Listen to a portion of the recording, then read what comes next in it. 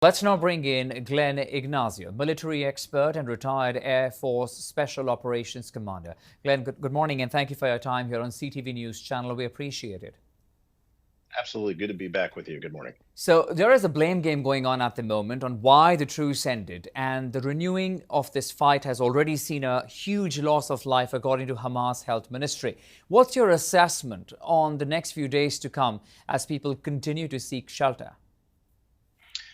Yeah, great question. So, yeah, Hamas did renege on some items, and to represent it factually, in the beginning, the Red Cross was supposed to be able to access the other hostages. That never happened, and there were other events that occurred, and then a kickoff and hostilities again. Now, what the IDF in Israel has been doing is dropping leaflets and also posting maps of where they plan on evacuating or where they're expecting people to move as an evacuation to stay away from the combat operations within Gaza. I believe that what's going to happen is that the fighting is going to be more intense because Israel knows that the timeline is not in their favor, and their main objectives are hostage release, and this is what Netanyahu says, and second of all, destroying the infrastructure of Hamas to make sure it doesn't happen again. There is enough evidence that Israel is now looking at south. Now, we know that the concentration of the population has also moved to the south. And even though the IDF and Israel has a good military, what's your assessment of the collateral damages that's going to come about now? Yeah, now the international community and that pressure around the world, not just from governments, but from people in general, because you see protests around the world, has put an increased amount of pressure on Israel to reduce the collateral damage, to focus their particular operations and reduce the intensity. Now, that's what people want to do. Now, if Israel does that or not, that's going to be, to be seen.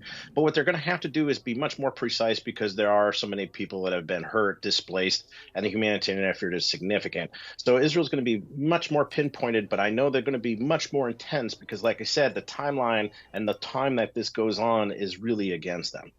What's your take on the hostage situation? We understand, of course, over 100 people continue to be in Hamas's captivity. And it is being said that, of course, if 10 of them were released every day, we could have seen a truce extend. But the fact that we have seen the fighting renewed again, what's your take on what's happening on the hostage situation? Yeah, great question. Now, most of them, have been women and children. Now, Israel believes that there's still another 10 to 12 that are female or two children, I believe, that are also unaccounted for.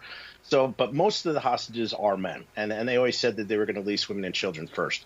But the issue is that there were no more lists of names that Hamas was going to release. So that was one of the questions about what is going to go on, and is this ceasefire going to continue?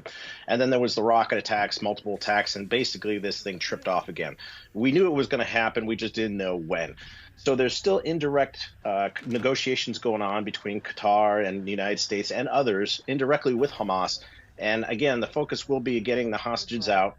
But as we said, Israel and the IDF says they're going to destroy Hamas's infrastructure. So again, it's a very delicate balance, but both have to really come to the table seriously. And that includes Hamas. They really do need to follow these items they said they would do. And in the situation that we are in at the moment, Glenn, what's your take and understanding on how easy is the wrong word, how challenging rather it's going to be for aid to flow in? Because we know once again, aid has stopped at the Rafah border since the war has renewed.